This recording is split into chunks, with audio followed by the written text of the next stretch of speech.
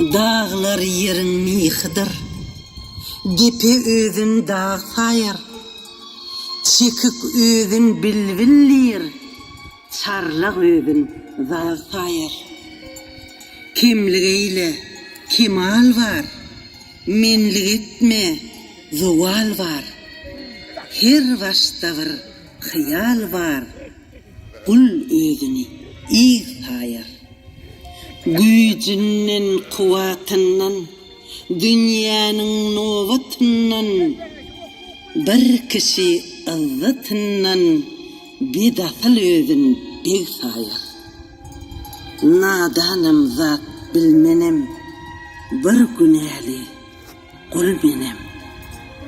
Sirke aydar bal menem, nevit özün yağ sayar.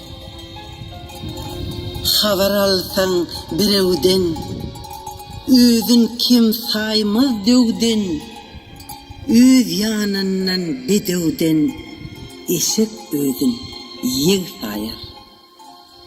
Dert çekenler dert biler, namart özün mert biler, tilki özün kurt biler, çarlak özün fil sayar. Mağtım olu bir kullar, kulluğuna kayıllar. Akma özün akıllir, tente özün saz sayar.